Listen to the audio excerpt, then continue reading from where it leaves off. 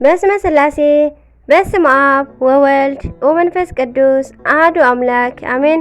ሰላም እግዚአብሔር አምላክ ምስኩላትኩም ይኹን። ስድራ እግዚአብሔር አምላክ ከመይ ኣለኹም? ኣነ እግዚአብሔር ይመስገን። ክብሪ ይስፋሕ መድኃኔዓለም አሜን። ስንክሳር ዘወርሃ ነሓሴ 14 ወላዲተ አምላክ ልሳን ኩነኒ። ስንክሳር ድሰምዕ ዘንብብ ፍቕሪ ጎይታ ኣብ ልቡ ይዕንብብ። ሓለወን ጸሎትን ናይ ቅዱሳን ደሞ ይረክብ። ዝክረ ጻድቅ ለዓለም የሉ ዝኽሪ ናይ ጻድቕ ንዓለም ይዝነብር። ካብ ኩሉ ክፉእ ዘበለ ክድሕኑ ንቅዱሳን ተማሕፀኑ አሜን። ደስ ለማዓንቲ 14 ነሓሴ ወርሓዊ በዓል አቡነ አረጋውን አቡነ ገብረ ክርስቶስ መርዓውን እዩ። በረኸትን ረድኤትን ናይ አቡነ አረጋውን ፀሓይን አቡነ ገብረ ክርስቶስ መርዓውን ምስኩላትኩም ይኹን ምስኩላትና ይኹን አሜን። በቃል ኪዳንም ይቁምልኩም ብረድኤቶም ይዓቅብኹም ከይትወድቁ ይደግፍኹም ጎደለኹም ይምልእልኩም ኣብ ትኸድዎ ይምርሕኹም ብድሕረኹም ይከተልኹም አሜን አሜን። ስንክሳር 14 ነሓሴ በስመ አብ ወወልድ ወመንፈስ ቅዱስ አሐዱ አምላክ አሜን። ያሬታ እንኳን ናብ ዓመታዊ ናይ ጎይታናን አምላኽናን መድኃኒናን ኢየሱስ ክርስቶስ ቅዱስ ዕፀ መስቀል ናይ ተኣምር በዓል ብሰላም ኣብፅሐና። ቅዱስ ዕፀ መስቀል ናይ ኩሉ ዕፀዋት ንጉስ ዝኾነ ቅዱስ ዕፀ መስቀል ንዓና እውን ሓይልና ቤዛዊና መድኃኒትና ናይ ዓወት ምልክትና እዩ። ቅዱስ መስቀል ብደም ክርስቶስ ተቐዲሱ እዩሞ አድናቆት ስግደት ክብርን ምስጋናን ብጸጋ ይግብኦ። ቅዱስ መስቀል ናይ ክርስቶስ ኣብ ዝሓለፉ 2000 ዓመታት ብዙሕ ተኣምር ሰሪሕ እዩ። ካብ ማእከል እዚኦም ከዓ ሓደ በዝለማዓንቲ ዝዝከር እዩ። ታሪኹ ምስጢሩ ከመይ እዩ እንተበሉ ከዓ ኣብ ከባቢ 400 ዓመተ ምህረት ኣብ ግብፂ ኣባ ቴዎፍሎስ ሊቀ ጳጳስ ከለው ቅዱስ ቄርሎስ ብሊቀ ዲቁና እናገልገለ ከሎ ኣብ ከተማ እስክንድርያ 2 ነዳያን ክርስቲያን ነበሩ። ናይ መዓልቲ ሰራሕተኛታት ብምዃኖም ካብ ናይ ዕለት ምግቢ ኣይተርፎምን ነበረ። እቲ ሓደ ፍጹም አማኒ ክኸውን ከሎ እቲ ሓደ ግን ተጠራጣሪ ነበረ። ስለምንታይ እዩ እንተበልና ኣብቲ ከተማ ብዙሓት ሃብታማት ኣይሁድ ይርኢ ስለ ዝነበረ እዩ። ንዕኡ ክርስትና ማለት ሃብቲ መሲልዎ ነበረ እሞ ስለምንታይ ንክርስቶስ እናኣምለኽና ድኻ ንኸውን እናበለ ከዓ የማረር ነበረ። እንሆ ከዓ እቲ ሓደ መዓልቲ እቲ ዝጠራጠር ተጠራጣሪ ስለምንታይ ንክርስቶስ ዘይንክሕዶ ንዕኡ ካብ ምምላኽ ዝጎድለና ድኽነት ጥራይ እዩ እናበለ ነቲ ጽኑዕ ሰብ ክፈታትኖ ጀመረ። ንሱ ግን እግዚአብሔር አምላኽ ነዳያን እዩ። ቅዱሳን ነቢያት፣ ሐዋርያት፣ ጻድቃናትን ሰማዕታትን ብስጋዊ ሃብቲ ድኻታት እዮም ዝነበሩ በሎ እሞ እቲ ዓርኩ ግን ሰይጣን ኣዳኺምዎ እዩሞ ምስማዕ ኣበየ። እዚ ስሑት ድኻ ድማ ሽዑ ወፂኡ ናብ ማሕበር ኣይሁድ ከደ። ንሳቶም ከዓ ብቁፅሪ ብዙሓት ኮይኖም ብሓድነት ይነብሩ ነበሩ እሞ ጥራሕ ቁፀረኒ በሎም። ንሳቶም ከዓ ብእምነት ኣይትመስለናን ኢኻ እሞ ኣይከውንን በልዎ። በታ ጊዜ ከዓ ንሓለቃኦም ፋለስኪኖስ ዝበሃል ንስኻ ስራሕ ቆፀረኒ እሞ ኣነ ንክርስቶስ ክክሕዶ እየ በሎ። በዚ ከዓ ናይታ ከተማ ህዝቢ ተጸዊዖም ኣብ ማእከል ጉባኤ ክክሕድዎ ተዳለው።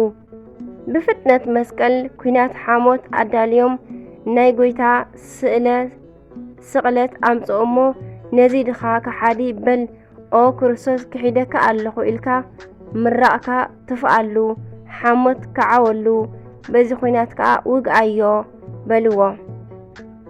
እዚ ልቡ ዝደንቆረ ድኻ ከዓ ናብቲ መስቀል ትፍ ኢሉ ሓሞት ከዓወሉ።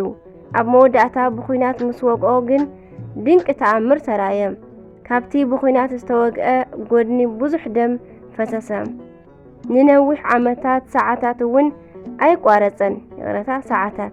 ንነዊሕ ሰዓታት እውን ኣይቋረፀን። በዚ ሰዓት ከዓ ኣብቲ ከባቢ ዝነበሩ ኣይሁድ ኩሎም ብግንባሮም ተደፊኦም ንክርስቶስን ንቅዱስ መስቀልን ሰገዱ። ኩሎም ከዓ ብሓድነት ክርስቶስ ናይ አብርሃም አምላኽ እዩ መድኃኒት እዩ እናበሉ እናጨርሑ ተዛረቡ። ብዘይፍላጥ ንክርስቶስ ክሒዶም ስለ ዝነበሩ በደሎም ተሓዲጉሎም ምሕረት ክረኽቡ ከለው እዚ ኣእምሮ ዝጎደሎ ድኻ ግን ጥዊ ኢሎም ተመሊሶም እንተረኣይዎ ናብ እብኒ ተቐይሩ ጸንሐ። በዚ ከዓ ነፍሱን ስጋኡን ብምርጫኡ ኣጥፍአ። እቲ ናይ ኣይሁድ ሓላፊ ድማ ሓደ ዓይነ ስውር ዘመድ ነበረ እሞ ሽዑ ኣምጺኡ በቲ ደም ምስ ቀብኦ ዓይኑ በርሀ። ኣብቲ ስፍራ ድማ ዓብዪ ደስታ ተገብረ። ነገሩ ሰሚዖም ቅዱሳን ቴዎፍሎስን ቄርሎስን ናብኡ ምስ መጹ ከዓ እቲ ደም ካብቲ ስእለ ስቕለት ምፍሳስ ኣይቋረጸን ነበረ። ብተኣምሩ ደስ ኢልዎም ከዓ ካብቲ ደም ክርስቶስ ንበረከት ተቐብኡ። ነቲ ዝፈሰሰ ደም ምስ ሓመዱ ኣልዒሎም ነቲ መስቀል ኣብ ዝባኖም ተሰኪሞም ብፍጹም ዕልልታን ዝማሬን ናብ ቤተ መቕደስ ወሲዶም ብኽብሪ ኣንበርዎ። ናይታ ከተማ ተቐማጦ ዝነበሩ ኩሎም ኣይሁድ ከዓ ብክርስቶስ ኣምላኽና ኣሚኖም ተጠመቑ። በረኸቱ ቸርነቱ ናይ መድኃኔ ዓለም ናይ ዕፀ መስቀሉ ይሕደረና፣ ብዕፀ መስቀሉ ገይሩ ድማ ይኸልለና ኣሜን። ቅዱሳን ስምዖንን ዮሃንስን ኣብ ናይ ቤተ ክርስቲያን ታሪኽ ኣድናቕ ታሪኽ ካብ ዘለዎም ጻድቃን እዞም ቅዱሳን ቀዳምነት ይሕዙ። እዚ ብኸመይ እዩ እንተበልና እዞም ቅዱሳን ኣብ 5ይ ክፍለ ዘመን ኣብ ከባቢ ሶርያ ተወሊዶም ዝዓበዩ ክርስቲያን እዮም። ኣዝማድ ኣብ ልዕሊ ምዃኖም ብሓንሳብ ብምዕባዮም ኣዝዮም ይፋተው ነበሩ። ለውሃት ከዓ ነበሩ። መንእሰያት ኣብ ዝኾኑሉ ጊዜ ከዓ እቲ ዓቢ ዮሃንስ ሰበይቲ ኣእተወ። እነሆ ከዓ ሓደ መዓልቲ ኣብ ናይ ጎይታናን ኣምላኽናን ኢየሱስ ክርስቶስ መቓብር ኢየሩሳሌም በፂሖም ክምለሱ ከለዉ ኣብ ከባቢ ገዳም ዮርዳኖስ በጽሑ። ንሓድሕዶም ከዓ እዚ ገዳም እኮ ናይ መላእኽቲ መሕደሪ እዩ ተባሃሃሉ። በዚ ከዓ መኒኖም ክተርፉ ሓሰቡ። ፈረስን ንብረቶምን ናብ ኣዝማዶም ሰዲዶም ጸሎት ኣብጽሑ። ፍቓድ እግዚአብሔር ክርድኡ ከዓ ዕጫ ኣውደቑ እሞ ዕጫ ናብ ገዳም ኪዱ ዝብል ስለ ዝበጽሐ ተሓጒሶም ተሓቋቑፉ። ናብቲ ገዳም ምስ በጽሑ ኣበምኔት ኣባ ኒቅዮስ ፈጣሪ ኣዚዝዎ ነቲ ኣፍ ደገ ማዕጾ ከፊቱ ተጸበዮም። ተቐቢሉ ምስ ኣተዎም ሓደ ትጉህ መነኮስ ብቕድሚኦም ይሓልፍ ነበረ እሞ ቆቢዑ ፈለል እናበለ ከም ፋናሽግ እናኣብርህን መላእኽትን ከቢቦሞን ረአዩ። በዚ ከዓ ንኣበምኔት በጃኹም ኣቦ ኣመንኩስና በልዎ። ንሱ ከዓ ናይ ኣምላኽ ፍቓድ እዩ እሞ ባሪኹ ኣመንኮሶም። ፍቕሪ ክርስቶስ ገዚእዎም እዩ እሞ ኣብ ሒደት ዓመታት ተጋድልኦም ኣብ ብቕዓት ጸጋ በጽሑ። ክልቲኦም ቆይሞም ብፍቕሪ ክጽልዩ ከለዉ ከዓ ናይ ብርሃን ኣኽሊል ኣብ ልዕሊ ርእሶም ይወርድ ነበረ። ኩላቶም እውን ብለይቲ የብርህ ነበረ። ኣካላቶም እውን ብለይቲ የብርህ ነበረ። ከምዚ ብዝበለ ቅድስና ንዓመታት ጸኒሖም ከዓ ካብቲ ገዳም ናብ ጽኑዕ በረኻ ክኸዱ ወሰኑ እሞ ናይቲ ገዳም በሪ ባዕሉ ተራሕወ። ኣበምኔት ኣባ ኒቆን ከዓ እናነብዑ ኣፋነዎም። ኣብ በረኻ በታ ጸባብ መንገዲ ብቅድስና ተጸሚዶም ከዓ ን29 ዓመታት ተጋደሉ። በታ ሰዓት ግን ንኽልቲኦም ዝፈላለዩ ምኽንያት ተፈጥረ። እግዚአብሔር ንቅዱስ ስምዖን ናብ ከተማ ከኣቱ፣ ቅዱስ ዮሃንስ ግን ኣብኡ ክጸንሕ ኣዘዘ። በዚ ከዓ ንልዕሊ 50 ዓመታት ተፈላልዮም ስለ ዘይፈልጡ ክልቲኦም ንነዊሕ ሰዓታት ተሓቋቒፎም ኣልቀሱ እሞ ተፈላለዩ። ቅዱስ ስምዖን ናብ ከተማ ምስ ኣተወ ጸጋኡ ንኽድብቕ ንክሓብእ ከም ዕቡድ መሰለ። በዚ ምኽንያት ከዓ ደቅቲ ከተማ ይንዕቅዎን ብጽፍዒት ይሃርምዎምን ነበሩ። ንሕና እውን ሓደራ ብዙሓት ቅዱሳን ኣበየ ቦትኡ ተዘሪኦም ኣለዉ እሞ ንጠንቀቕ። ቅዱስ ኣባ ስምዖን ግን ስሊኦም ይጽልዩ ነበሩ። ኣብቲ ከተማ ዝነበሩ ናይ ኣእምሮ ጸገም ዝነበሮም ድማ ንኹሎም ብተኣምራት ፈወሶም። ሓደ መዓልቲ ግን ክርስቲያን ኢና ባህልቲ ዓመፀኛታት ከተእትዎ ሃረምዎ እሞ ተዳኸመ። እነሆ ከዓ ናይ እግዚአብሔር መልአኽ ወሪዱ ንዓ ክወስደካ ኢሉ ንዮሃንስ ካብ በረኻ ንስምዖን ካብ ከተማ በዛ መዓልቲ ናብ ሰማያት ወሰዶም።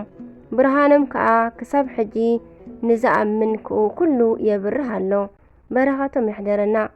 ቅዱስ ባስሊቆስ ሰማዕት ኣብ መጀመርታ 100 ዓመት ካብ ዝነበሩ ተጸዋዕቲ ሰማዕታት ሓደ ቅዱስ ባስሊቆስ እዩ።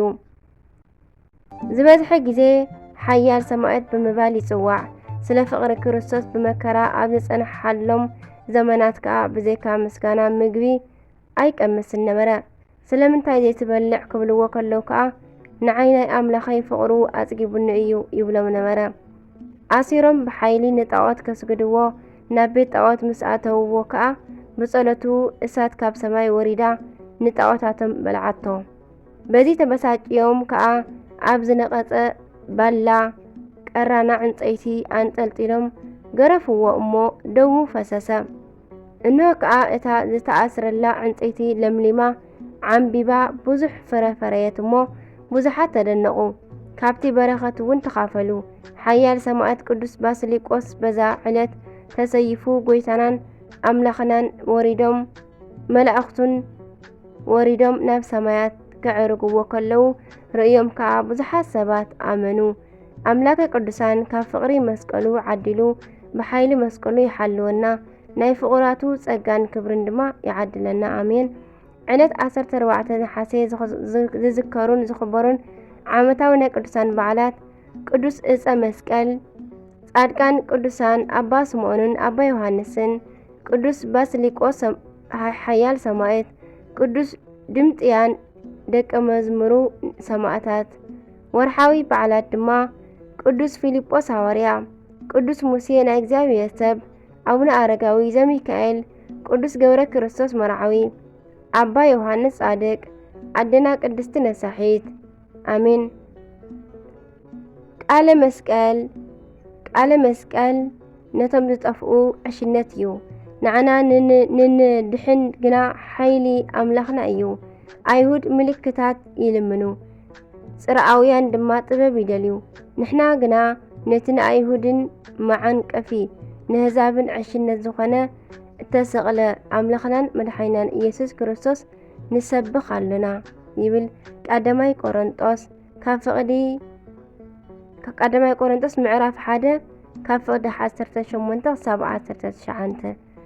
ኣሜን። ስንክሳር ዝሰምዕ ዘንብብ ፍቕሪ ጎይታ ኣብ ልቡ ይዕንብብ፣ ሓለዋን ጸሎትን ናይ ቅዱሳን ድማ ይረክብ። አሜን። ኩሎም ቅዱሳን ምስኩላትና ጸሎቶም ኣጽሊልና ይወዓል። አሜን። በዕፀ መስቀሉ ይባረኸናን ይሓልወናን። አሜን አሜን። ዝወደቐ ዝነጠበ ኩሉ ካባን ናባ ካብ ኩሉ ብኣፈ ቅዱሳን ትጓል መላእክቲ ተኣርመለይ። አሜን። አቡነ ዘበሰማያት ይትቀደስ ስምከ ትምጻእ መንግሥትከ ወይኩን ፈቃድከ በከመ በሰማይ ከማሁ በምድር ሲሳይነ ዘለለ ዕለትነ ሀበነ ህድግ ለነ አብሰር ወጌጋየነ ከመ ንሕነኒ ንህድግ ለዘአብሰለነ ኢታብአነ እግዚአብሔር ስሙ ትጣላት ነነባታንም ኩሉ ቅስመ ዚአከ ይእቲ መንግስት ኃይል ወስብሐት ለዓለመ ዓለም አሜን። በሰላም ቅዱስ ገብርኤል መልአክ እግዝእትነ ማርያም ሰላም ለኪ ድንግል በናችሁ ድንግል በስጋችን መግዚአብሔር ጽባሕ ሰላም ለኪ ብሩክቲ አንቲ እምአንስት ብሩክ ፍሬ ከርሥኪ ተፈሥሒ ፍሥሕት ኦ ማርያም ተጸጋም ተወዳሲ ምእተመጎስ ምእተክሉ ለዘላለም ተረክሰ አሎ ጸልይ ምህረተ በእንቲአነ ምህረተ ኩሉ ዓለም ምህረተ ምድራቅ አዚዝ ሀበ ፍቅር ወልድኪ ኢየሱስ ክርስቶስ ከመ ይስረለነ ኃጣውኢነ ተማኅፀነ መክዳንቺ አሜን አሜን። ለይኩን ወስብሐት ለእግዚአብሔር ወለወላዲቱ ድንግል ወለመስቀሉ ክቡር አሜን።